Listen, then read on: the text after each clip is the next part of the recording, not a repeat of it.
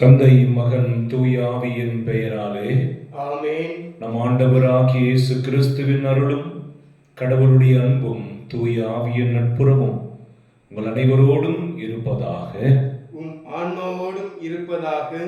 கிறிஸ்து இயேசுவில் அன்புமிக்க சகோதர சகோதரிகளே, இந்த திருப்பலியை நம் ஆண்டவருக்கு நன்றி திருப்பலியாக ஒப்புக் கொடுப்போம். வாழ்க்கையில் நிறைய நேரங்களில் நம் ஆண்டவரிடத்தில் விண்ணப்பங்களை மட்டுமே வைக்கிறோம்.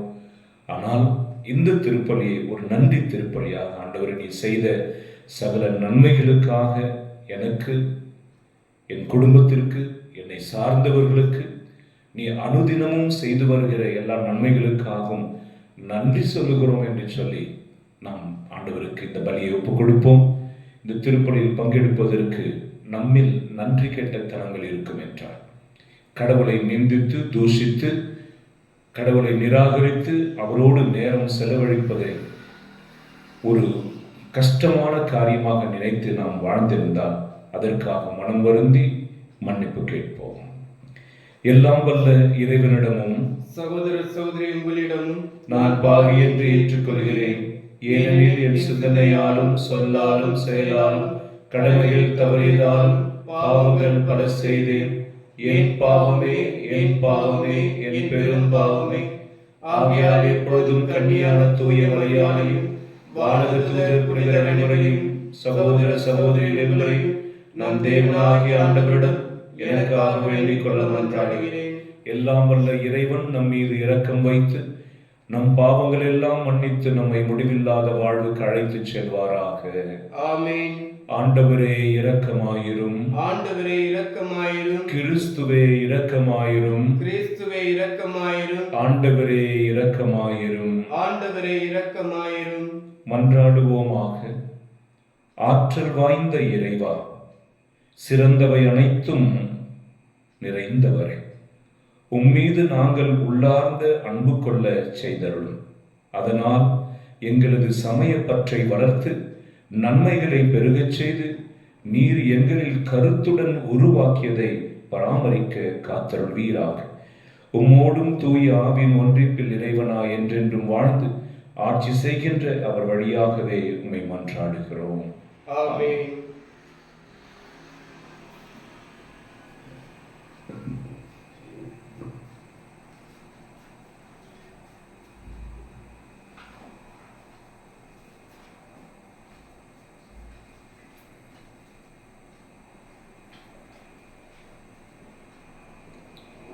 முதல் வாசகம். கடவுள் உங்களை தம்மோடு ஒப்புரவாக்கினார். திருத்துதர் பவுல் கொலேசியருக்கு எழுதிய திருமுகத்திலிருந்து வாசகம். அதிகாரம் 1, இறை வார்த்தைகள் 21 முதல் 23 முடிய. சகோதர சகோதரிகளே, முன்பு நீங்கள் இறைவனோடு உறவற்றவர்களாய் இருந்தீர்கள். அவரை பகைக்கும் உள்ளம் உடையோராய் தீச்செயல்களை புரிந்து வந்தீர்கள். இப்பொழுது நீங்கள் தூயோராகவும் மாசற்றவராகவும் குறை சொல்லுக்கு ஆளாகாதவராயும் தம்முன் விளங்குமாறு ஊனுடல் எடுத்த தம் மகனது சாவின் வழியாக கடவுள் உங்களை தம்மோடு ஒப்புரவாக்கினார். நீங்கள் நற்செய்தியை கேட்டு பெற்றுக்கொண்ட எதிர்நோக்கை இழந்து விடாமல் நம்பிக்கையை அடித்தளமாக கொண்டு அதில் உறுதியாக நிலைத்திருங்கள். உலகெங்கும் படைப்பனைத்திற்கும் நற்செய்தியை பறைசாற்றப்பட்டுள்ளது. பவுலாகிய நான் இந்நற்செய்தியை அறிவிக்கும் திருத்தொண்டன் ஆனேன். ஆண்டவரின் அருள்வாக்கு. இறைவா உமக்கு நன்றி. பதிலுரை பாடல். பல்லவி. இதோ கடவுள் இதோ கடவுள் எனக்கு துணையாய் இருக்கின்றார். கடவுள் எனக்கு துணையாய் இருக்கின்றார். கடவுளை, உமது பெயரின் வல்லமையால் என்னை காப்பாற்றும். உமது ஆற்றலினால் எனது நேர்மையை நிலைநாட்டும். பல்லவி. இதோ கடவுள் எனக்கு துணையாய் இருக்கின்றார். கடவுளை, என் விண்ணப்பத்தை கேட்டருளும். என் வாயின் சொற்களுக்கு செவி கொடுத்தருளும். பல்லவி. இதோ கடவுள் எனக்கு துணையாய் இருக்கின்றார். இதோ கடவுள் எனக்கு துணையாய் இருக்கின்றார். என் தலைவர் என் வாழ்வுக்கு ஆதரவாய் உள்ளோருடன் இருக்கின்றார். தன் ஆர்வத்தோடு உமக்கு பலி செலுத்துவேன். ஆண்டவரே, உமது பெயருக்கு நன்றி செலுத்துவேன். இதுவே நன்றி. பல்லவி. இதோ கடவுள் எனக்கு துணையாய் இருக்கின்றார்.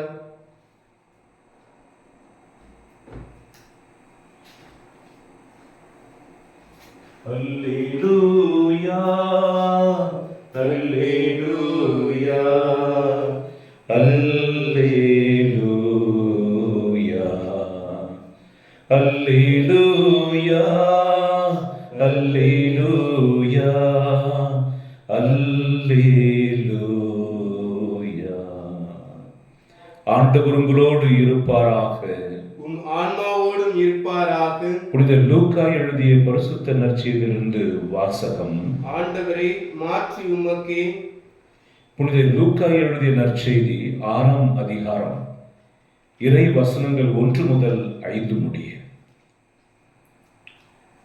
ஓர் ஓய்வு நாளில் இயேசு வயல் வழியே செல்ல நேர்ந்தது. அவருடைய சீடர் கதிர்களை கொய்து கைகளினால் கசக்கி தின்றனர்.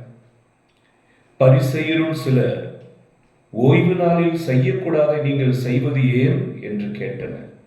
அதற்கு இயேசு மறுமொழியாக, தாமும் தம்முடன் இருந்தவர்களும் பசியாய் இருந்தபொழுது தாவீது செய்ததை குறித்து நீங்கள் வாசித்தது இல்லையா? அவர் இறை இல்லத்திற்குள் சென்று குருக்கள் மட்டுமே அன்றி வேறு எவரும் உண்ணக்கூடாத அர்ப்பண அப்பங்களை எடுத்து தாம் உண்டதுமன்றி தம்மோடு இருந்தவர்களுக்கும் கொடுத்தார் அல்லவா என்று கூறினார். மேலும் அவர்களிடம், ஓய்வு நாளும் மானிட மகனுக்கு கட்டுப்பட்டதே என்றார். இது ஆண்டவரின் அருள்வாக்கு. கிறிஸ்துவே, உமக்கு புகழ்.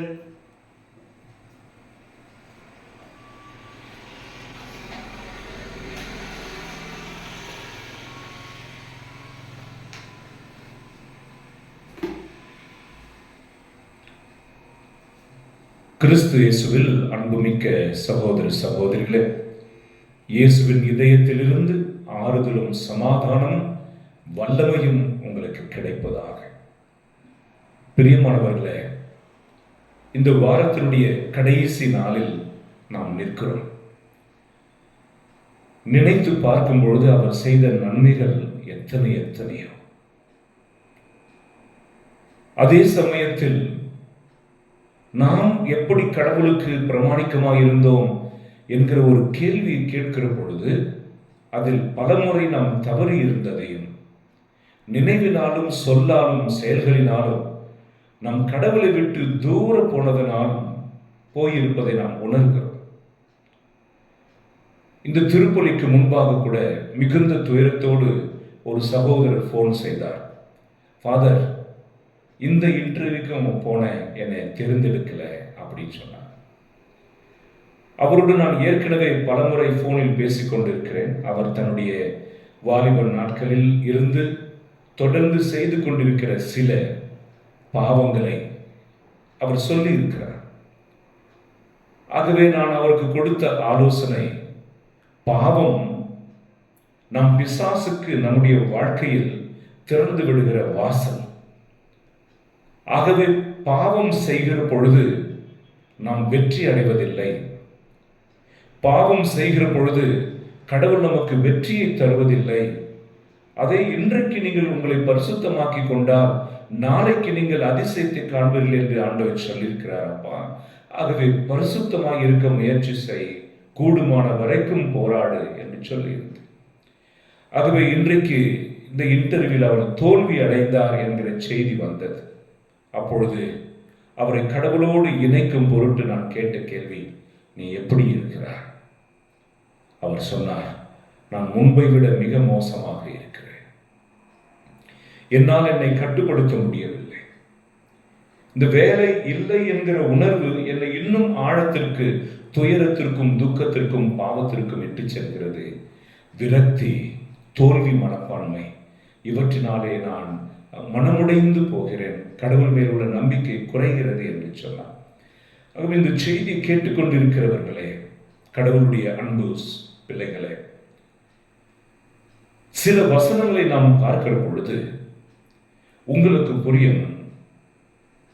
மார்க்கு சுவிசேஷம் 1ஆம் அதிகாரம் 21 28 இறை வசனங்கள். 21ஆம் வசனம் சொல்கிறது, இயேசு போதித்துக் கொண்டிருந்தார். 22ஆம் வசனம் சொல்கிறது, அவர் ஆண்டவருடைய வார்த்தையை அதிகாரத்தோடு போதித்துக் கொண்டிருந்தார். அதை நீங்கள் குறிப்பெடுத்துக் கொள்ள வேண்டும்.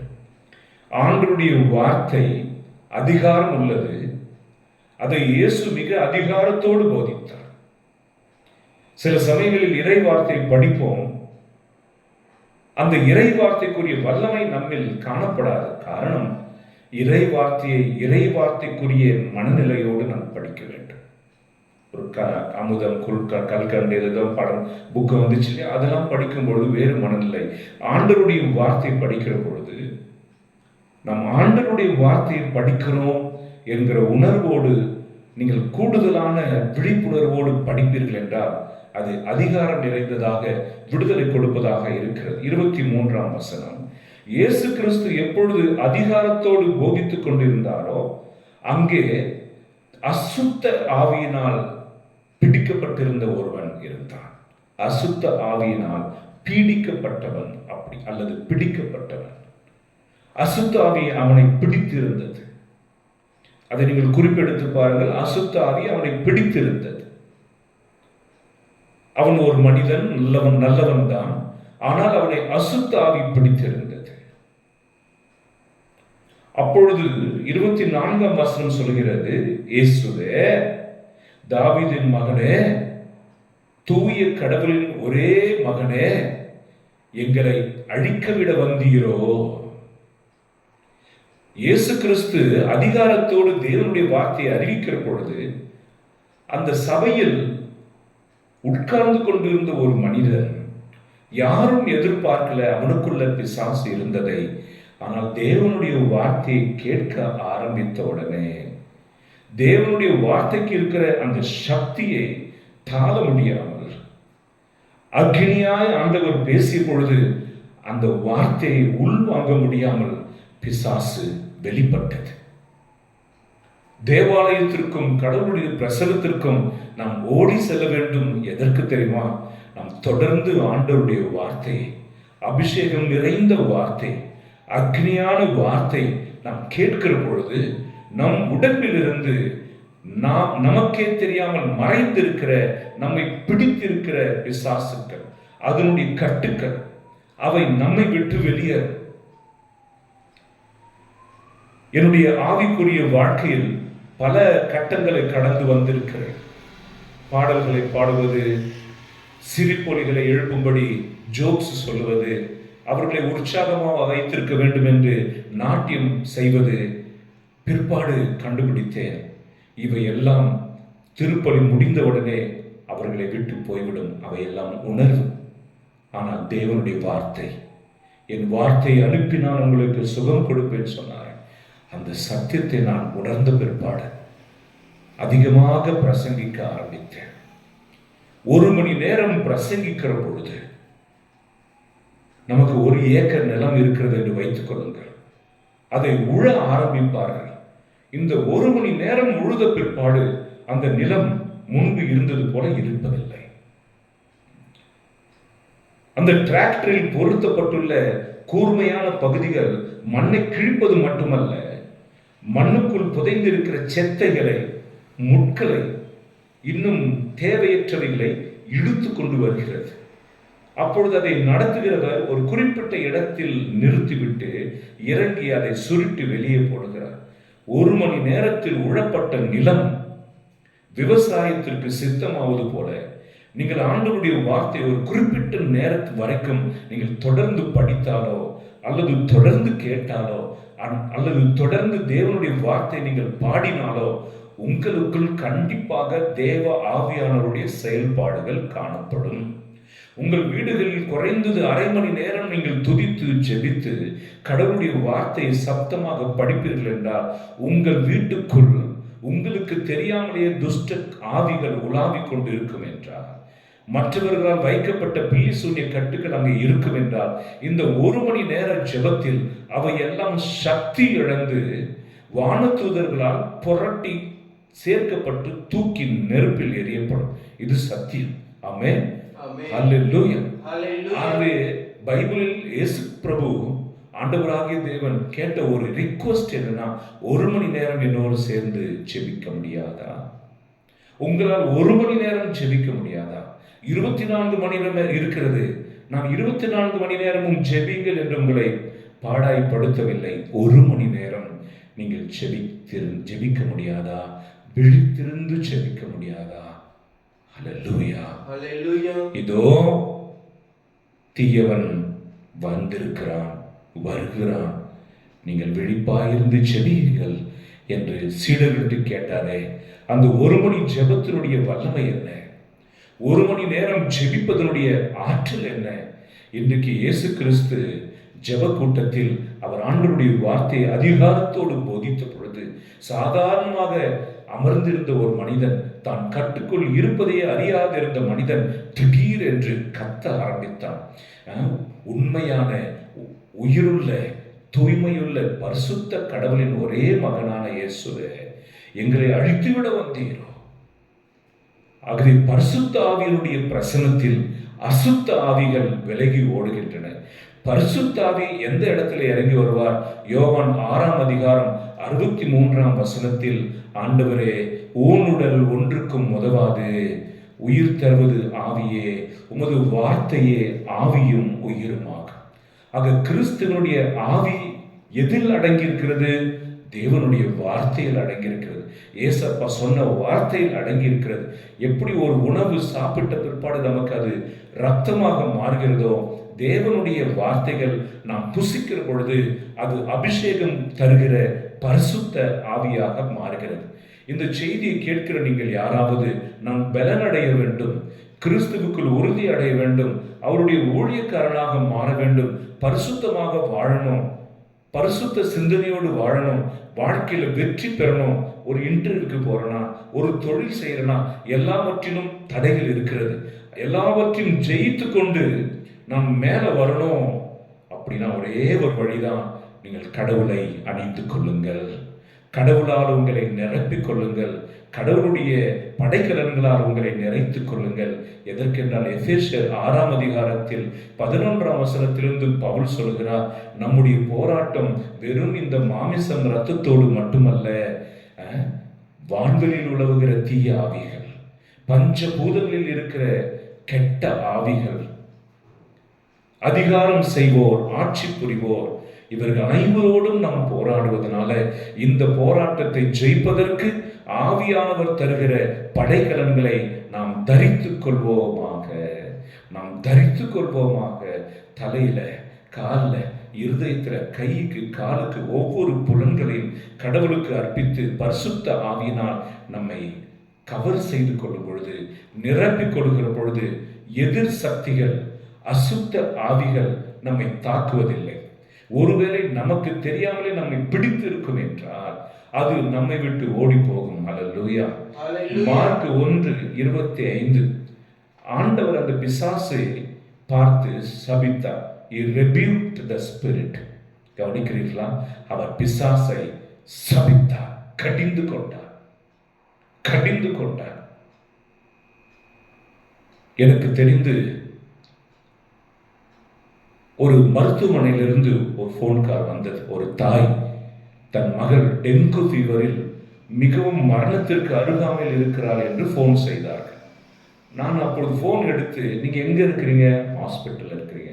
எல்லாரும் இருக்கிறாங்களா? ஆமா. ஜெபிக்க முடியுமா? நான் ஜெபிக்கிறேன். அந்த அம்மா அப்பயே முட்டி போட்டுருச்சு. இப்போ உங்க பொண்ணுகிட்ட போனை கொடுங்க, பேச முடியுமா? பேச முடியும்.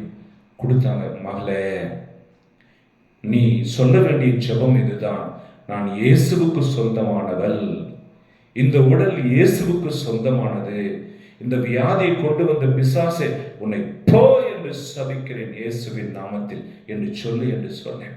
அந்த வியாதியில், அந்த கஷ்டத்தில் அந்த மகள் நான் சொன்ன ஜெபத்தை அவள் உறுதியோடு சொன்னாள். அவளுடைய தாய் பக்கத்தில் முழங்கால் படியிட்டு செபித்தார்கள். ஒரு 10 நிமிடம் பொறுத்து அந்த தாய் போன் செய்தார்கள்.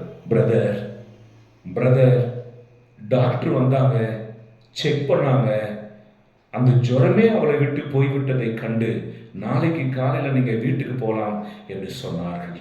அந்த டெங்கு ஃபீவர் மறைந்து போனது என்று சொன்னார்கள். இது பொய்யல்ல.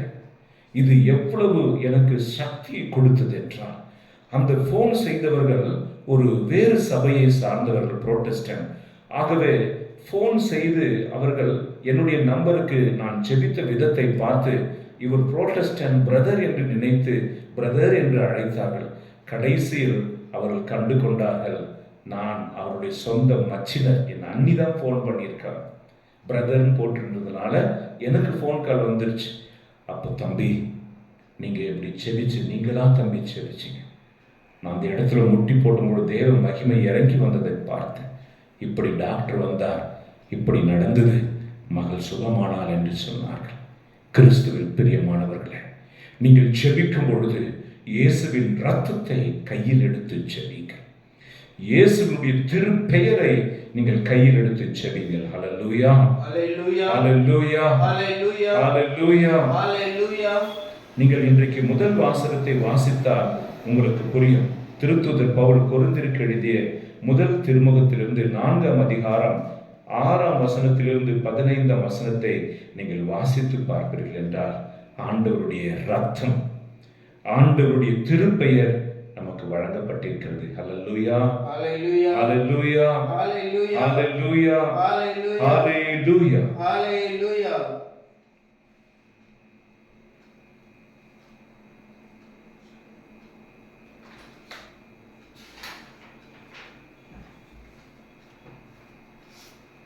நாம் வாசிப்போமா?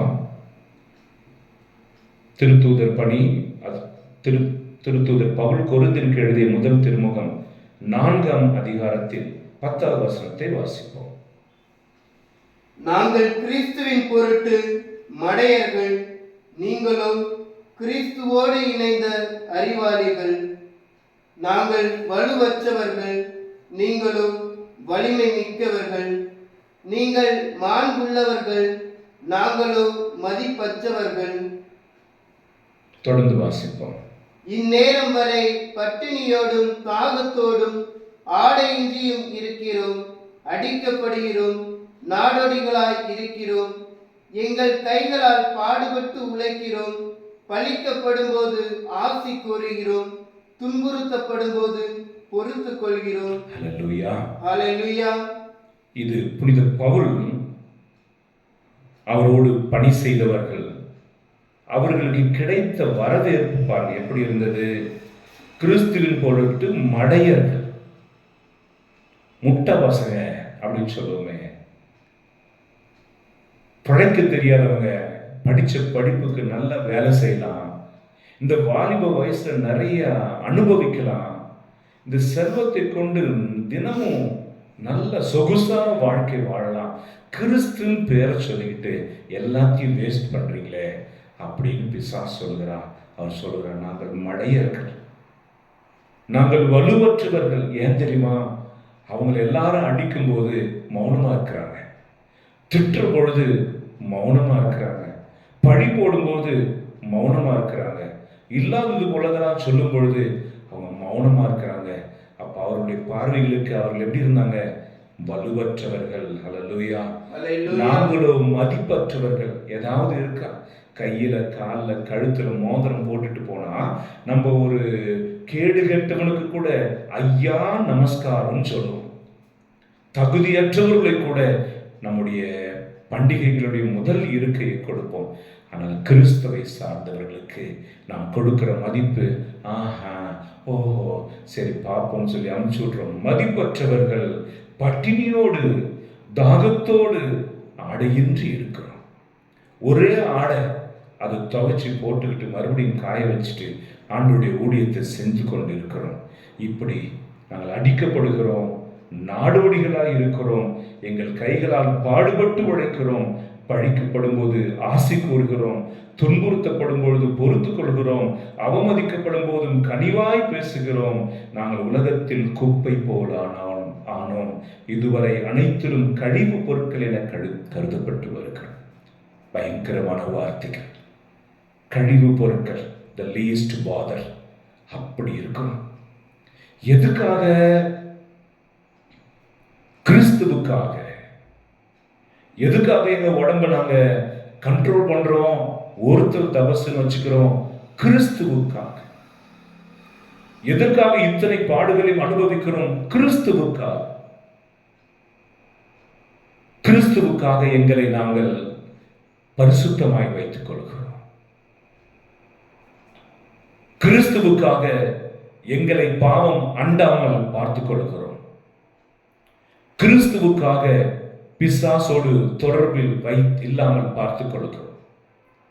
கிறிஸ்துவின் பொருட்டு பிசாசுக்குரிய எந்த அடையாளமும் எங்களில் இல்லாதபடி பார்த்துக் கொள்கிறோம். ஹல்லேலூயா, ஹல்லேலூயா, ஹல்லேலூயா, ஹல்லேலூயா. இப்போ பவுல் சொன்னாரு, அத்தனையும் பிசாசை எதிர்க்கிற காரியம். எபேசியர் 6 படிச்சோம். இதெல்லாம் போட்டுக்கோ. அதெல்லாம் என்ன? பொறுமை, தாழ்ச்சி, சகிப்பு, அன்பு, மன்னிப்பு, நீதி, நேர்மை, செல்ஃப் கண்ட்ரோல். கிறிஸ்துவின் பொருட்டு, கிறிஸ்துவுக்காக, கிறிஸ்துவுக்குள் நான் என்னையே டிசிப்ளின் செஞ்சுக்கிறேன். பிசாசுக்கு என் வாழ்க்கையை கொடுத்து விட்டால் என்ன ஆகும்? ஆகவே இயேசு பேய் பிடித்தவனை பார்த்து சபித்தார், ஏய் இவனை விட்டு வெளியேறு. அப்பொழுது பிசாசு பிடித்திருந்தவன் இப்படி சொன்னான், எங்களை பன்றி கூட்டத்திற்குள் அனுப்பிவிடுங்கள். உன் பெயர் என்ன? லெகியோ, நாங்கள் பல பேர். ஆகவே ஒரு மனிதனை ஒரு பேய் அல்ல, 2 பேய் அல்ல, பல பேய்கள் அவனில் வாசம் செய்தன. பரிசுத்த ஆவி தங்க வேண்டிய இந்த தேவாலயம் அசுத்த ஆவிகளின் இருப்பிடமாக மாறி போனது. அசுத்த ஆவிகள் அவனிடத்தில் தங்கி தங்களுடைய விருப்பங்களை இந்த உலகிலே நிறைவேற்றிக் கொண்டிருந்தன. இன்றைக்கும் பாவத்தை செய்கிறவர்களும், பாவத்தை பரப்புகிறவர்களும், பாவத்திற்கு உடந்தையாக இருக்கிறவர்களும் தீய ஆவியில் பிடிக்கப்பட்டவர்களே. அவர்கள் அப்படி செய்வது தாங்கள் பிசாசுக்கு அடிமையாக இருக்கிறோம் என்பதை அறியாமலே செய்வார்கள். அப்படிப்பட்டவர்களை விடுவிக்கிற வல்லமை தேவனுடைய வார்த்தைக்கு உண்டு.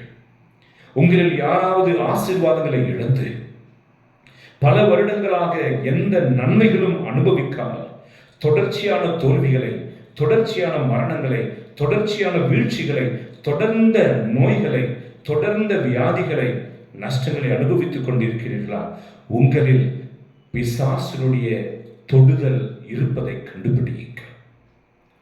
இந்த எல்லா சூழ்நிலையிலும் நீங்கள் கடவுளை மறந்து விடுவதையும், கோவிலுக்கு போகாமல் இருப்பதையும், பாவ சங்கீதம் செய்யாமல் இருப்பதையும், நற்கருணை உட்கொள்ளாமல் இருப்பதையும், கடவுளை துதிக்காமல் இருப்பதையும், ஒரு நாளாவது தேவனுடைய வார்த்தை எடுத்து படிக்க வேண்டும் என்று ஆர்வம் இல்லாமல் இருப்பதும், அப்படியே எடுத்து அமர்ந்து விட்டாலும் உடனடியாக தூக்கம் வருவதும் நமக்கு அடையாளங்கள். ஆனால் இன்றைக்கு இயேசு தேவனுடைய வார்த்தையை அதிகாரமாக போதித்தார். அந்த வார்த்தை சொல்லுகிறது, இயேசுவின் நாமத்திற்கு விண்ணவர் மன்னவர் அனைவரும் மண்டியிடுவர். ஹல்லேலூயா. ஆகவே தான் இயேசுவினுடைய வார்த்தையை தகிக்க முடியாமல், பொறுக்க முடியாமல், பிசாசு நான் போய்விடுகிறேன் என்று சொல்லி அந்த மனிதனை விட்டு வெளியேறியது. அவன் ஆடையின்றி இருந்தான். இயேசுனுடைய வார்த்தையினாலே, ஆவியினாலே விடுதலை பெற்ற பிற்பாடு அவன் புத்தி தெளிந்தவனாக, கவனியுங்கள், புத்தி தெளிந்தவனாக ஆடையை அணிந்து கொண்டு, இயேசுவே உமக்கு நன்றி, நான் உம்மை பின்தொடரட்டும் என்றான். ஒருவனுக்குள் ஒருத்திக்குள் தீய ஆவிகள் இருக்கும் பொழுது வெளிப்படாத வார்த்தைகள், தீய ஆவி போன உடனே அவன் சொல்லுகிறான், இயேசுவே நான் உம்மை பின்தொடரட்டும். உங்கள் குடும்பங்களில் உங்களுக்குள் உங்கள் பிள்ளைகள், கணவன், மனைவி, உற்றார் உறவினர்கள் யாரெல்லாம் பாவத்தில் குற்றங்களில் தொடர்ந்து இருக்கிறார்களோ, நீங்கள் அவர்களை திட்டி பிரயோஜனம் இல்லை. அவர்களை அப்படி நடத்துகிற தீய சக்திகளை நிர்மூலமாக்கும்படி தேவனுடைய இரத்தத்தை, தேவனுடைய வார்த்தையை கையில் எடுத்து நீங்கள் ஜெபிக்க ஆரம்பிங்கள். ஹல்லேலூயா, ஹல்லேலூயா, ஹல்லேலூயா, ஹல்லேலூயா, ஹல்லேலூயா. ஹல்லேலூயா.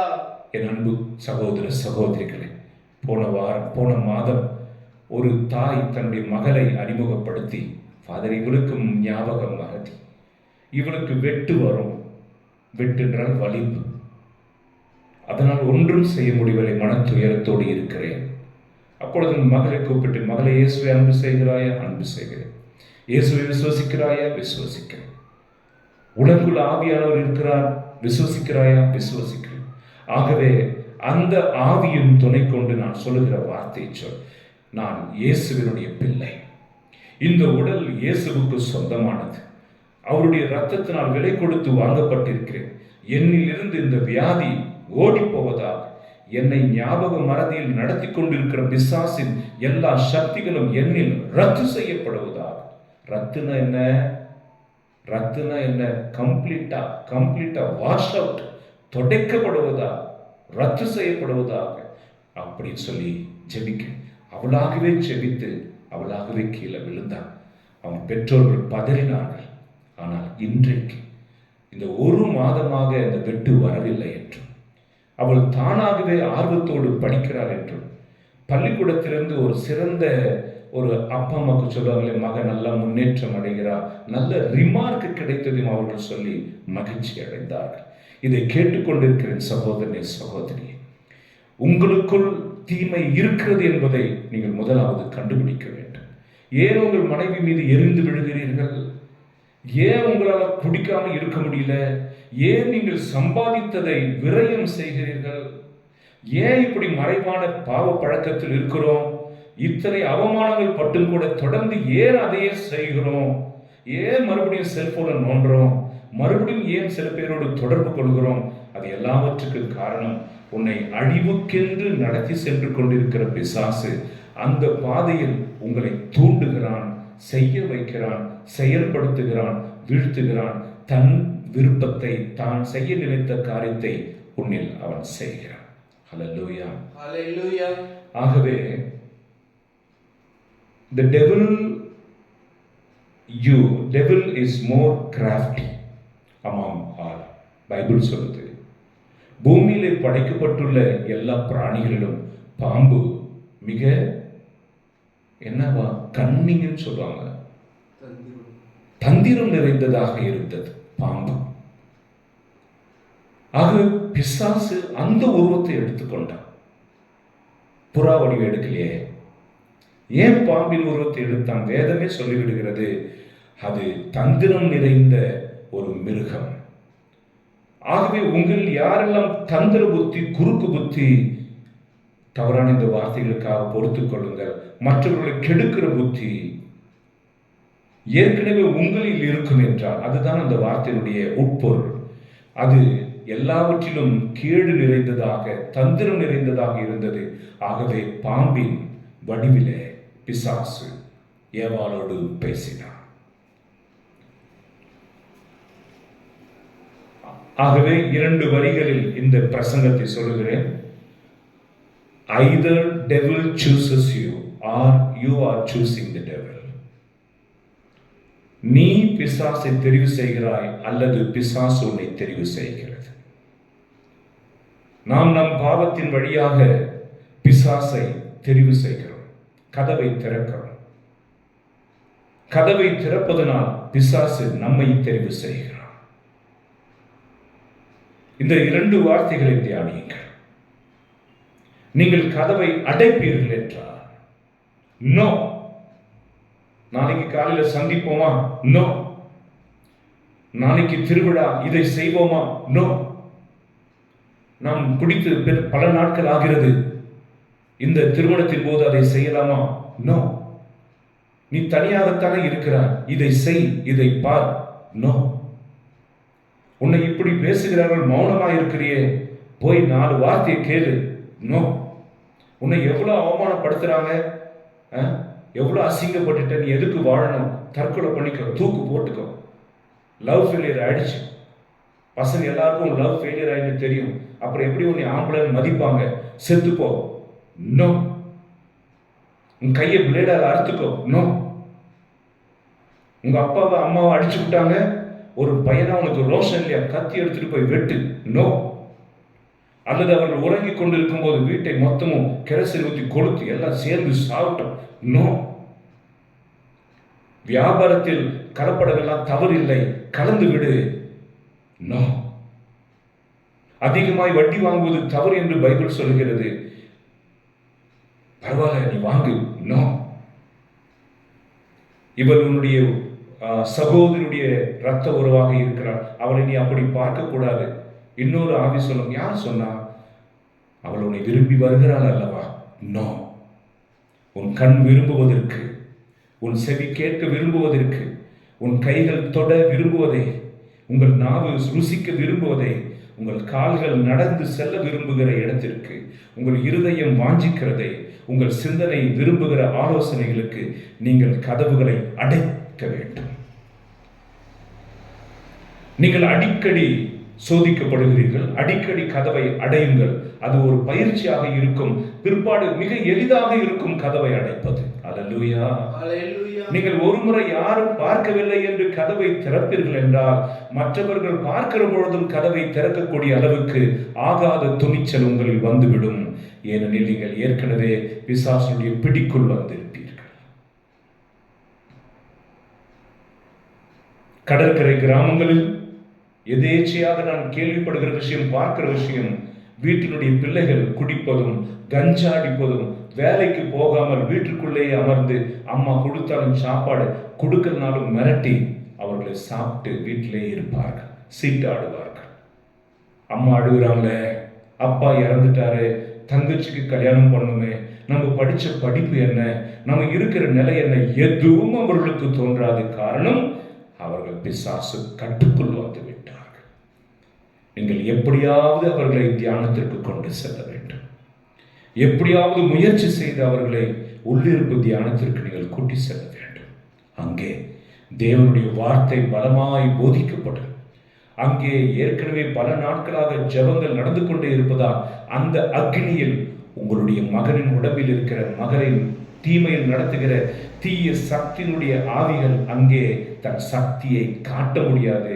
அது ஓடி போகும்.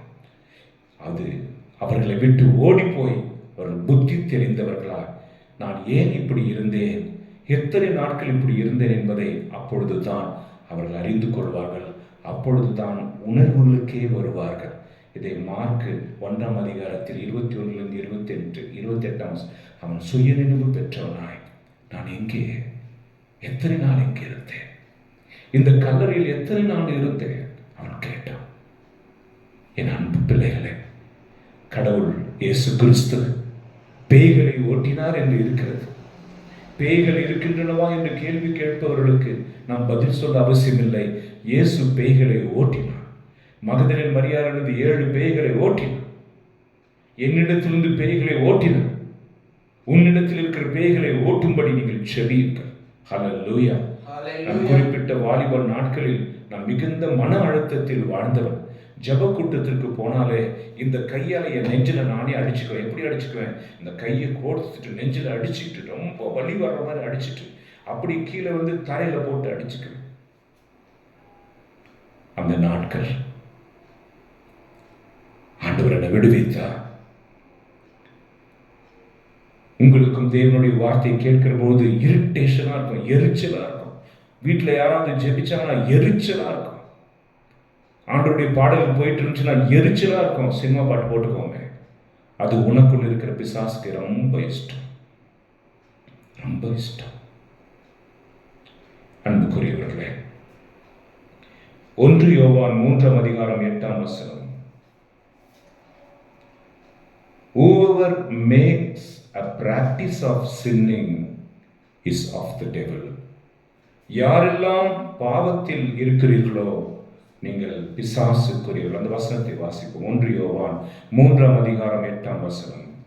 பாவம் செய்து வருகிறவர், பாவம் செய்தவர் அல்ல, கவனிங்கள், பாவம் செய்து வருகிறவர், present continuous tense, தொடங்கி இப்பொழுதும் நடந்து கொண்டிருக்கிறது. பாவத்தை செய்து கொண்டிருக்கிறவர் அலகையை சார்ந்தவர். ஏனெனில் தொடக்கத்திலிருந்தே அலகை பாவம் செய்து கொண்டிருக்கிறது. அப்போ உங்கள யாராவது நான் பாவத்திலிருந்து எழ முடியல, தொடர்ந்து செஞ்சுட்டே இருக்கிறான் அப்படின்னா அவன் தொடர்ந்து செஞ்சுட்டே இருக்கிறவன் பிசாசு. ஆதியிலிருந்தே பாவத்தை செய்து கொண்டிருக்கிறவன் பிசாசு. ஆகவே தொடர்ந்து பாவத்தை செய்து கொண்டிருக்கிற உங்களில் அவன் இருக்கிறான் என்று. இப்ப இந்த செய்தியை யார் கேட்கிறா? அவங்கள கேட்கிறாங்க இல்ல, ஜெபிக்கிறவங்க கேட்கிறோம். இப்ப இந்த செய்தி அவர்களுக்கு கேட்கும்படி செய்ய வேண்டுமே. அதனால தான் அவர்களை உள்ளிருப்பு தியானத்திற்கு அல்லது ஒரு நாள் தியானத்திற்கு எப்படியாவது கொண்டு வர வேண்டும். ஆவிக்குரிய குருக்களிடத்தில் அவர்களை காட்ட வேண்டும்.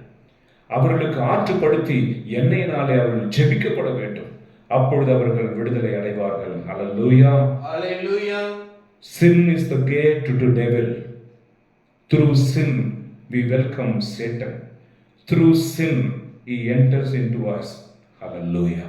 Hallelujah. பாவமே பிசாசு நுழைவதற்குரிய ஒரு கதவு. நம் கதவை திறந்து விடுகிறோம், அவன் உள்ளே வருகிறான்.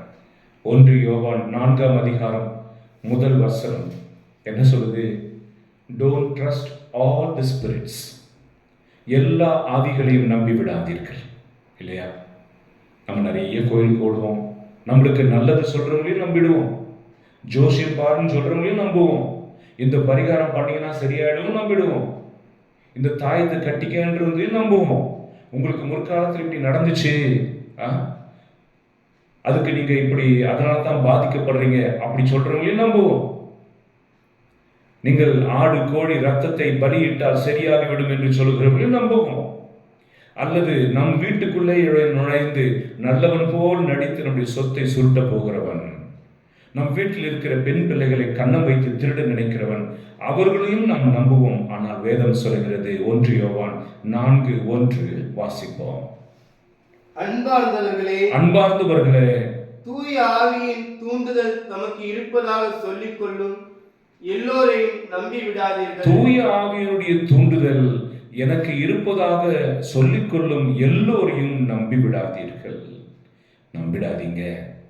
இன்றைக்கு நான் சில இடங்களுக்கு நான் போகிற பொழுது தத்ரூபமாக தூய ஆவி தங்களிடத்தில் இருப்பதாக சொல்லுகிறவருடைய ஆலோசனை கேட்கிற ஒரு ஜெபிக்கிற மகள் அல்லது ஜெபிக்கிற மகன் அழிவை நோக்கி போய்கொண்டு இருப்பதை நான் பார்க்கிறேன். அவர் சொல்லுவாங்க, ஜெபிக்கிற ஒரு பிரதர் தான் இப்படி சொன்னார், ஜெபிக்கிற ஒரு பிரதர் தான் இப்படி சொன்னார். அப்படியா?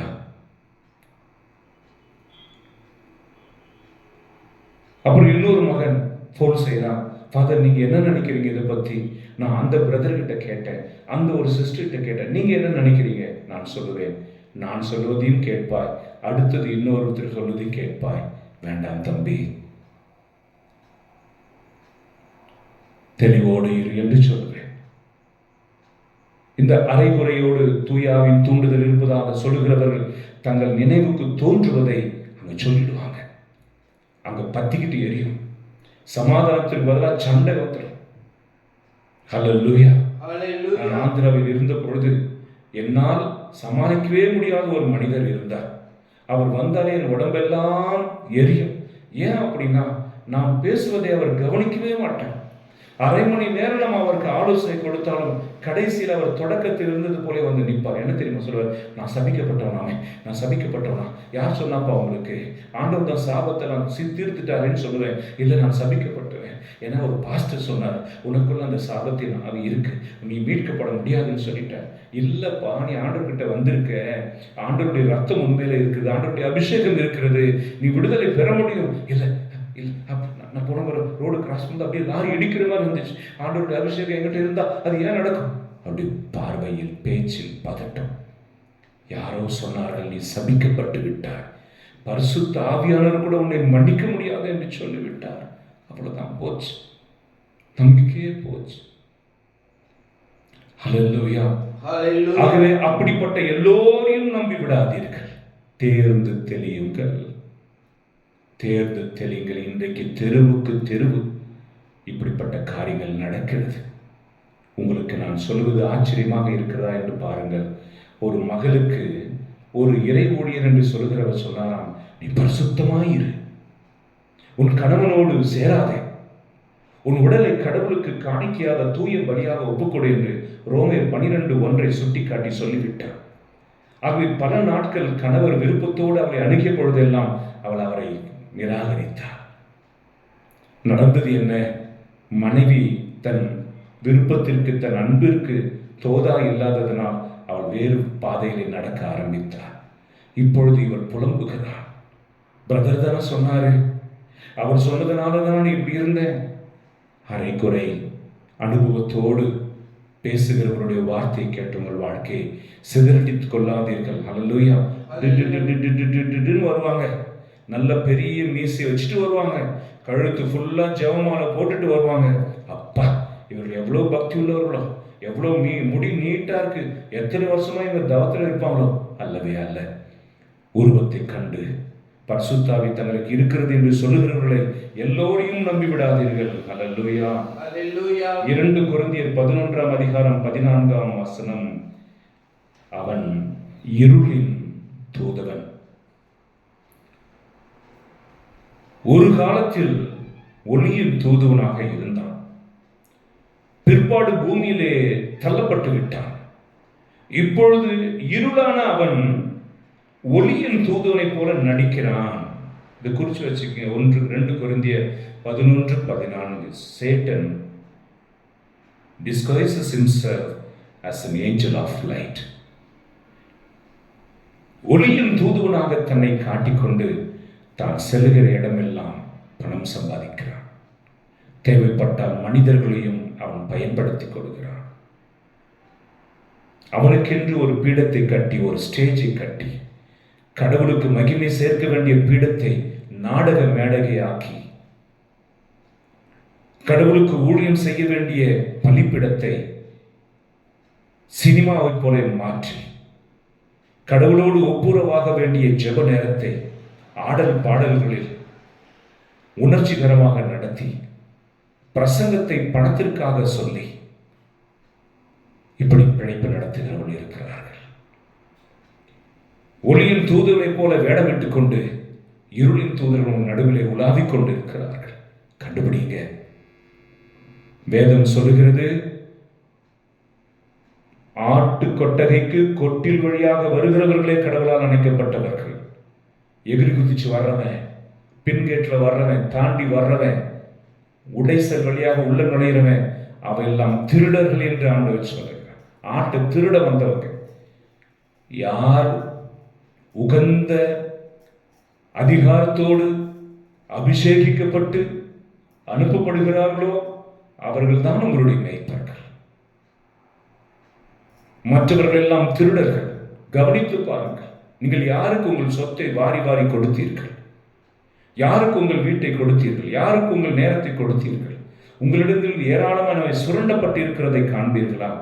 இன்றைக்கு ஆண்டவர் உங்களை எச்சரிக்கிறார். கவனித்துக் கொள்ளுங்கள். ஹல்லேலூயா, ஹல்லேலூயா, ஹல்லேலூயா, ஹல்லேலூயா. லேவியராகமம் 10 அதிகாரம் 28 சொல்லுகிறது, no tattoos cuts in your body. பிசாசுக்குரிய எந்த ஒரு அடையாளத்தையும் உங்கள் உடம்பில் வரைந்து கொள்ளக்கூடாது. கத்தியை வைத்து அறுத்து ஒரு விதமான வடிவங்களை உங்களுக்குள் நீங்கள் அமைத்துக் கொள்ளக்கூடாது என்று லேவியராகமம் 19:28 சொல்லுகிறது. நாம் நமக்கு தெரியாமலே நம்முடைய உடலை கிழித்துக் கொள்கிறோம், அழித்துக் கொள்கிறோம், டாட்டூஸ் போடுறோம். ஒரே ஒரு கேள்விதான், உன் உடல் உனக்கு சொந்தமானது அல்ல. கடவுள் படைத்தார் உன்னை. ஆகவே கடவுள் படைத்ததை சீரழிப்பதற்கோ, தற்கொலை செய்து கொண்டு உன் உயிரை எடுப்பதற்கோ, சிகரெட்டோ மற்ற எந்த பாவத்தில் உன் உடலை அழித்துக் கொள்வதற்கு உனக்கு அதிகாரம் இல்லை. பாவம்னா என்ன? அந்த உடல் உனக்கு சொந்தமானது இல்லையா? ஆண்டவருக்கு சொந்தமானதை நீ ஏன் மிஸ்யூஸ் பண்ற? ஆண்டுக்கு சொந்தமான இந்த கண்ணை ஏன் தவறா பயன்படுத்துற? நீங்கள் பரிசுத்தமாய் இருக்கவே அழைக்கப்பட்டீர்கள் என்று வேதம் சொல்கிறது. ஹல்லேலூயா, ஹalleluya, ஹல்லேலூயா, ஹalleluya. ஆகவே அன்புக்குரியவர்களே, இன்றைக்கு இந்த ஒரு விஷயத்தை மட்டும் நீங்கள் ஆழ்ந்து சிந்தியுங்கள். நீங்கள் தவறுகள் தொடர்ந்து இழைக்கிறீர்கள், பாவத்தில் தொடர்ந்து நிலைக்கிறீர்கள் என்றால் உங்கள் கட்டுப்பாடு பிசாசினால் செய்யப்படுகிறது என்று அர்த்தம். உங்களை வேறொரு சக்தி நடத்துகிறது என்று அர்த்தம். இதை புரிகிற நீங்கள், புரிந்து கொள்கிற நீங்கள் கோவப்படாதீங்க. உங்களை இயக்குகிறது பிசாசு. எரிச்சல் படாதீங்க. உங்களுக்கு அந்த எரிச்சலை கொண்டு வருவது பிசாசின் ஆவி. சில விஷயங்களை பார்க்காதீங்க. உங்க உடம்புல ரசாயன மாற்றங்கள் ஏற்படும். அந்த காட்சியை பார்ப்பதனால் ஏற்படும். அந்த காட்சியை பார்க்கும்படி தூண்டுவது பிசாசு. அதை பார்க்காதீர்கள். சில இடங்களுக்கு போனால் உங்கள் ஆசைகள் தீர்க்கப்படும். அந்த இடத்திற்கு போகும்படி உங்களை தூண்டுவது பிசாசு. நீங்கள் அந்த இடத்திற்கு போகாமல் பார்த்துக் கொள்ள வேண்டும். ஹல்லேலூயா, ஹalleluya. ஒரு முறை நீங்கள் திறந்து விட்டால் பழக்கமாகிவிட்ட. நேற்றுக்கு ஒரு வீடியோ பார்த்தேன். ஒரு பையன் ஒரு நாய்க்கு சோறு வச்சிருக்கிறான். ஒரே ஒரு முறை தான். அவனையே சுத்தி சுத்தி வந்ததான். அது நன்றி உள்ளது. பிசாசு எப்படி தெரியுமா? நீ ஒரு முறை அவனுக்கு சோறு போட்டுட்டுனா, கதவை திறந்துட்டுனா, அவன் உன்னை விட்டு போகவே மாட்டான். அவன் கூடவே இருப்பான். ஏதோ ஒரு உருவத்தில் உன்னோடு இருப்பான். உன் கூடவே இருந்து உன்னை அழிப்பான். நீங்கள் நம்புங்கள். ஒரு நாள் ஆந்திராவில் நான் ஜெபித்துக் கொண்டிருந்த பொழுது ஒரு பேய் பிடித்த பெண்ணை கொண்டு வந்தார்கள். அதை நான் முதலில் அறியாமல், உன் மகளே உன் பெயர் என்ன என்ன என்பதெல்லாம் கேட்டுக்கொண்டிருந்தேன். அப்பொழுது அவள் பெயரை சொல்லும் பொழுது தான் அவருடைய தாய் சொன்னார்கள், ஃபாதர், அது பேசுறது என் பொண்ணு இல்லை ஃபாதர், என் பொண்ணு பேர் இது, சொல்றது அந்த பொண்ணு, உள்ள இருக்கிறது பிசாசு. ஆச்சரியம். பார்ப்பதற்கு சாதாரணமா இருக்கிறான். அப்பொழுது புத்தி தெளிவோடு நான் பேசினேன். நீ ஏன் இவளுக்குள் வந்தா? எப்பொழுது வந்தார்? அவள் சொன்னார், நான் 10வது ஃபெயில் ஆகி போய்விட்டேன். மண்ணெண்ணெயை ஊற்றி எரித்து தற்கொலை செய்து கொண்டேன். இப்பொழுது உசூர் நகர் என்கிற அந்த பகுதியில் ஒரு கவர்மெண்ட் விளையாட்டு மைதானத்தில் நான் சுற்றித் திரிகிறேன். என்னோடு இரவில் விளையாடுவதற்கு யாரும் இல்லை. ஆகவே இவளை நான் பிடித்து கொண்டேன். 9வதில் பிடித்தேன். இனி இவள் படிக்க மாட்டா, படிக்க விடாம நான் செய்கிறேன். ஏற்கனவே நொந்து போயிருக்கிறார். அடுத்தது 10வதில் இவளை நான் ஃபெயில் ஆக்குவேன். கண்டிப்பாக இவளையும் கெரசின் ஊற்றி தன்னை தானே எரித்துக் கொள்ளும்படி செய்வேன். அவளும் இறப்பாள். நாங்கள் இருவரும் சேர்ந்து மைதானத்தில் விளையாடுவோம் என்று சொன்னது. என் உள்ளுக்குள்ள குபு குபு குபுன்னு ஆயிடுச்சு. ஆண்டவரே, பிசாசுகள் இப்படி செய்யுமா? பிசாசுகள் இப்படி செய்யுமா? ஆமா. தான் இழந்த பரலோகத்தை வேறு எவரும் இழக்கக்கூடாது என்பது தான் பிசாசனுடைய திட்டம். குடியின் ஆவி அப்படித்தான். விபச்சாரத்தின் ஆவி அப்படித்தான். அப்படி இறந்து போனவருடைய ஆவிகள் வேறொருவரை பிடித்துக் கொள்ளும். இது சத்தியம், இது நிஜம். அந்த மகளை விடுவித்து ஜெபித்த பொறுப்பாடு அவள் அருமையாய் மாறி போனார். அவர் ஒரு இந்து சகோதரர், ஐயப்ப பக்தர். அந்த நாளிலே மாலை போட்டவராக வந்தார். அவள் மகள் சுகமடைந்த பிற்பாடு அந்த பகுதிக்கு போகும்பொழுதெல்லாம் கடையை விட்டு ஓடி வந்து நமஸ்காரம் செய்வார். உங்கள் தெய்வம் வல்லமையுள்ளவர். Your God is so powerful. You are called. நீங்கள் வல்லமையால் நிரம்பி அதிகாரத்தோடு போதித்து தீயாவினால் பிடிக்கப்பட்டவர்களை விடுவிக்கிற அந்த அலுவலில் நீங்கள் இணைய வேண்டும் என்று விரும்புகிறார்.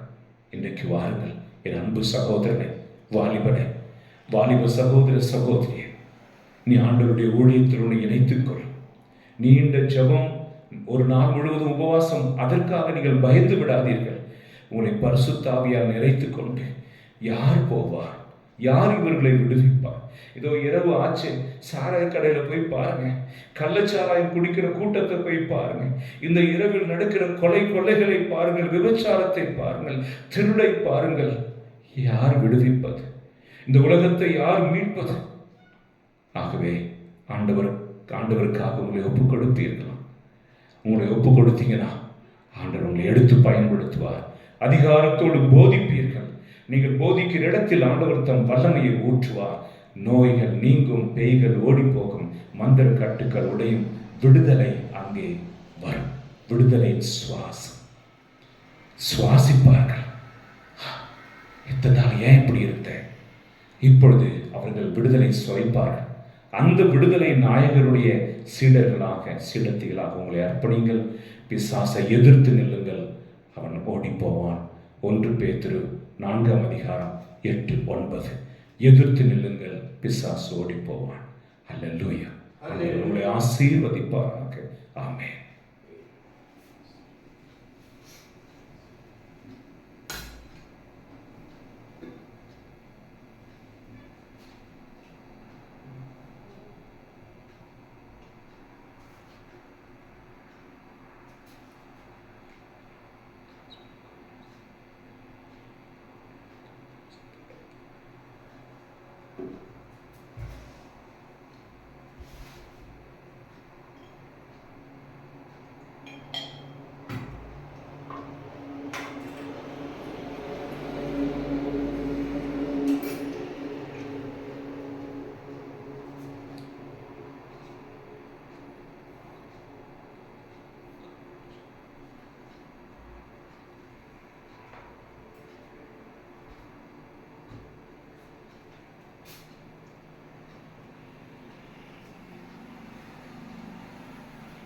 அன்புமிக்க சகோதர சகோதரிகளே, நானும் நீங்களும் சேர்ந்து ஒப்புக் கொடுக்கும் இந்த பலி எல்லாம் வல்ல இறைவனுக்கு ஏற்றதாகும்படி செபியுங்கள். ஆண்டவர் தமது பேரின் புகழ்ச்சிக்காகவும் மாட்சிக்காகவும் தமது நன்மைக்காகவும் புனித திரு அவையின் அனைத்து நலனுக்காகவும் தமது கை நீட்டி பலியை ஏற்றுக்கொள்வாராக. ஆண்டவரே, என்றும் புனிதமான இக்காணிக்கை மீட்பளிக்கும் ஆசியங்கள் மீது பொழிவதாக. இவ்வாறு அருள் அடையாள முறையில் நிகழும் இப்பலி உமது ஆற்றலால் நிறைவு பெறுவதாக எங்கள் ஆண்டவராகிய இயேசு கிறிஸ்து வழியாகவே மன்றாடுகிறோம். ஆமென். ஆண்டவர் உங்களோடு இருப்பாராக. உம் ஆன்மாவோடும் இருப்பாராக. இதயங்களை மேலே எழுப்புங்கள். ஆண்டவரிடம் எழுப்பியுள்ளோம். நம் இறைவனாகிய ஆண்டவருக்கு நன்றி கூறுவோம். அது தகுதியும் நீதியுமானது. தூயவரான தந்தையே, என்றும் உள்ள எல்லாம் வல்ல இறைவா, எந்நாளும் இவ்விடத்திலும் நாங்கள் உமக்கு நன்றி செலுத்துவது மெய்யாகவே தகுதியும் நீதியுமாகும்.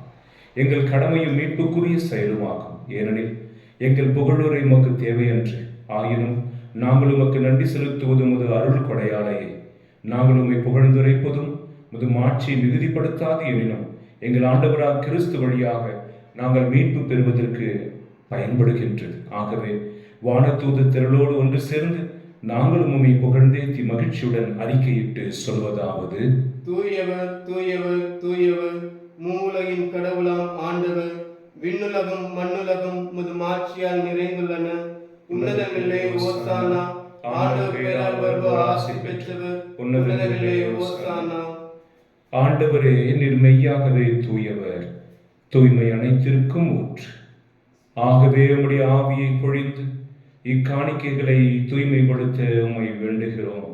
இவ்வாறு எங்கள் ஆண்டவர் இயேசு கிறிஸ்துவின் உடலும் இரத்தமுமாக இவை எங்களுக்கு மாறுவனவாக. அவர் பாடுபட உளம் கனிந்து தம்மை கையளித்த பொழுது அப்பத்தை எடுத்து உமக்கு நன்றி செலுத்தி அதை பிட்டு தம் சீடர்களுக்கு அளித்தவர் கூறியதாவது: அனைவரும் இதிலிருந்து பெற்று உண்ணுங்கள், ஏனெனில் இது உங்களுக்காக கையளிக்கப்படும் என் உடல்.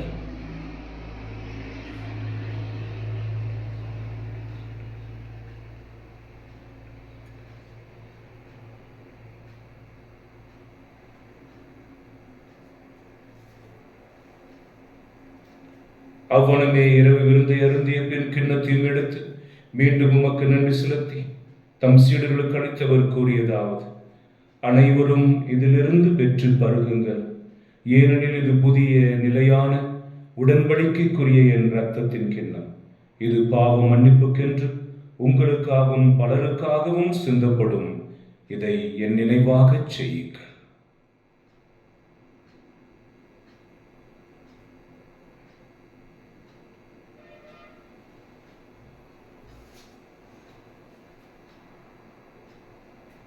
நம்பிக்கையின் மறைபொருள்: ஆண்டவரே, இவ்வளவும்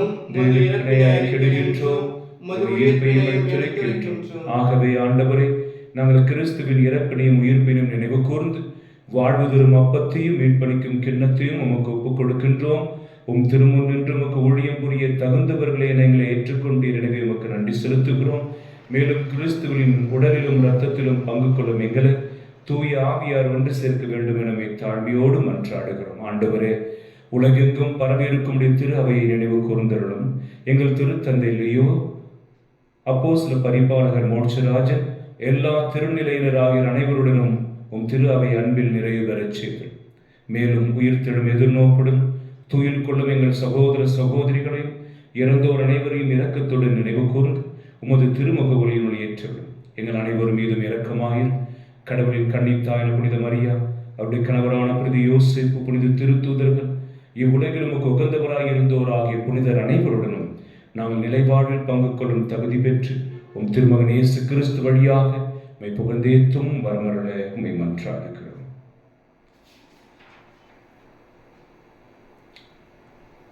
இவர் வழியாக, இவரோடு, இவரில் எல்லாம் வல்ல இறைவனாகிய தந்தையே, தூய ஆவியாரின் ஒன்றிப்பில் எல்லா புகழும் மாட்சியும் என்றென்றும் உமக்கு உரியதே. ஆமென்.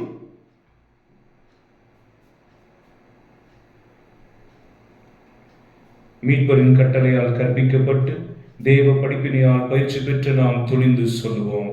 விண்ணுலகில் இருக்கிற எங்கள் தந்தையே, உமது பெயர் தூயதென போற்ற பெறுக. உமது ஆட்சி வருக. உமது திருவுளம் விண்ணுலகில் நிறைவேறுவது போல மண்ணுலகிலும் நிறைவேறுக. எங்கள் அன்றாட உணவை இன்று எங்களுக்கு தாரும். எங்களுக்கு எதிராக குற்றம் செய்தோரை நாங்கள் மன்னிப்பது போல எங்கள் குற்றங்களை மன்னியும். எங்களை சோதனைக்கு உட்படுத்தாதீர், தீமையிலிருந்து விடுவித்தருளும். ஆண்டவரே, தீமை அனைத்திலிருந்தும் எங்களை விடுவித்து எங்கள் வாழ்நாளில் அமைதியை கனிவுடன் அருளுமை மன்றாடுகிறோம். உமது இரக்கத்தின் உதவியால் நாங்கள் பாவத்திலிருந்து எப்போதும் விடுதலை பெற்று யாதொரு கலக்கமும் இன்றி நலமாயிருப்போமாக. நாங்கள் எதிர்நோக்கி இருக்கும் பேரின்பத்திற்காகவும் என் மீட்பராக இயேசு கிறிஸ்துவின் வருகைக்காகவும் காத்திருக்கின்றோம். ஏனெனில் ஆட்சியும் வல்லமையும் மாட்சியும் என்றென்றும் உமதே. ஆண்டவரே இயேசு கிறிஸ்துவே, அமைதியை உங்களுக்கு விட்டுச் செல்கிறேன், என் அமைதியை உங்களுக்கு அளிக்கின்ற திருத்தூதர்களுக்கு மொழிந்தீரேன். இங்கு கூடியிருக்க எங்களுடைய பாவங்களை பாராமல் இந்த திரு அவையின் நம்பிக்கை கண்ணோக்கி அதற்கு அமைதியும் ஒற்றுமையும் அளித்தருள்வீராக. அன்பே சுவை, தீய ஆவியினால் பீடிக்கப்பட்டு பல்வேறு உருவங்களில் பல்வேறு வகைகளில் கட்டுண்டு இருக்கிற அத்தனை பேரை, அதனால் பாதிக்கப்பட்டவருடைய குடும்பத்தையும் அவர்களை சார்ந்த அத்தனை பேரை விடுவித்து சமாதானத்தை கட்டளையிட்டரும். என்றென்று வாழ்ந்து ஆட்சி செய்கின்றவர் நீரே. ஆமென். ஆண்டவருடைய அமைதி உங்களோடு என்றும் இருப்பதாக. ஆன்மாவோடும் இருப்பதாக. ஒருவருக்கொருவர் கிறிஸ்துவின் அமைதியை பகிர்ந்து கொள்வோம்.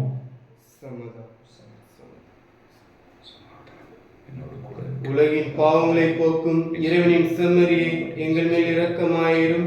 உலகின் பாவங்களை போக்கும் இறைவனின் செம்மறியை எங்கள் மேல் இரக்கமாயிரும். உலகின் பாவங்களை போக்கும் இறைவனின் செம்மறியை எங்களுக்கு அமைதியை அளித்தருளும்.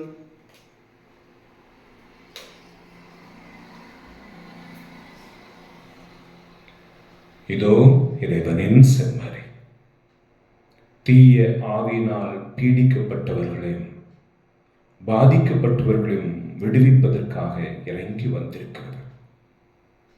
இந்த தெய்வத்தின் திருவிருந்திற்கு அழைக்க பெற்றுள்ள நாம் அனைவரும் பேறு பெற்றோர்.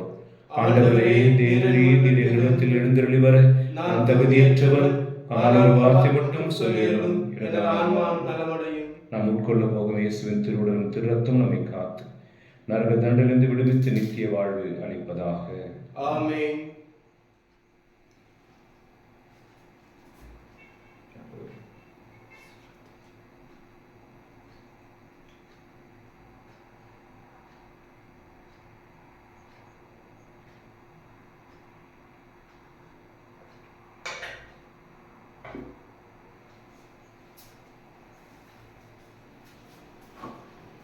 கிறிஸ்துவின் திருவுடலும் ஆமென்.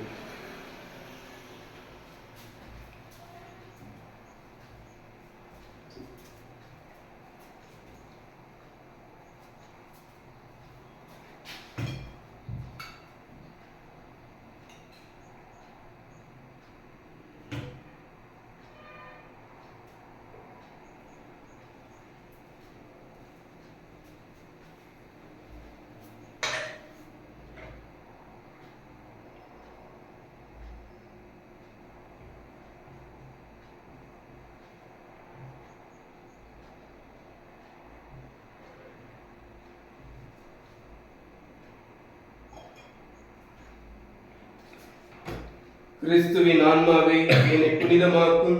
கிறிஸ்துவின் திருவுடலை என்னை மீட்டருளும். கிறிஸ்துவின் திரு ரத்தமே எனக்கு எழுச்சியூட்டும். கிறிஸ்துவின் விழாவின் தண்ணீரை என்னை கழுவிவிடும். கிறிஸ்துவின் பாடுகளை என்னை தேய்ச்சிடும். ஓ நல்ல இயேசுவே, எனக்கு செவிசாயும். உம் திரு காயங்களுள் என்னை மறைத்தருளும். உம்மிடமிருந்து என்னை பிரிய விடாதையும். தீய பகைவரிடமிருந்து என்னை காத்தருளும். எனது இறப்பின் வேளையில் என்னை அழைத்தருளும். உம்மிடம் வர எனக்கு கட்டளையிட்டருளும். புனிதர்களோடு எக்காலமும் உம்மை புகழச் செய்யும். ஆமென். மன்றாடுவோமாக. ஆண்டவரே, விண்ணக உணவால் ஊட்டம் பெற்ற நாங்கள் உம்மை வேண்டுகின்றோம். அதனால் இந்த அன்பின் உணவு எங்கள் இதயங்களை உறுதிப்படுத்தி எங்கள் சகோதர சகோதரிகள் உமக்கு பணிபுரிய எங்களை தூண்டி எழுப்புவீரா. எங்கள் ஆண்டவராக இயேசு கிறிஸ்து வழியாக மன்றாடுகிறோம். ஆமென். ஆண்டவர் உங்களோடு இருப்பாராக. உம் ஆன்மாவோடும் இருப்பாராக. எல்லாம் வல்ல இறைவன், தந்தை, மகன், தூய ஆவியார் உங்களை ஆசீர்வதிப்பாராக. ஆமென். சென்று வாருங்கள், திருப்பலி நிறைவேறிற்று. இறைவனுக்கு நன்றி. அன்புக்குரியவர்களே, தீய ஆவிகளை விரட்டுவதற்கு ஜெபம். இயேசுவே, நான் உமக்கு சொந்தமானவன். இயேசுவே, உம் திரு ரத்தத்தால் நீ விலை கொடுத்து வாங்கி இருக்கிறீர். இயேசுவின் திரு ரத்தத்தில், இயேசுவின் திரு நாமத்தில், ஓ பிசாசை, என்னை விட்டு போகும்படி உன்னை கட்டளை கொடுக்கிறேன். போ அப்பாலே சாத்தான். இயேசுவின் நாமத்தில் நான் இயேசுவுக்கு சொந்தமானவன். இயேசுவின் ரத்தத்தினால் விலை கொடுத்து வாங்கப்பட்டவன். இயேசுவின் அபிஷேகம் என் மேலே இருக்கிறது என்று நீங்கள் சொல்லி செவியுங்கள். உங்கள் பிள்ளைகளுக்கும் தலை மீது கை வைத்து செவியுங்கள். நோயாளிகளுக்கு செவியுங்கள். அவர்களுக்கு விடுதலை கிடைக்கும். அல்லது அவர்களை உள்ளிருப்பு தியானத்திற்கு கொண்டு செல்லுங்கள். ஒரு நாள் தியானத்திற்கு கூட்டிக் கொண்டு வாருங்கள். உங்களுக்காக விசேஷமாக செபித்து குருக்கள் ஆசீர்வதிப்பார்கள். வாழ்த்துக்கள்.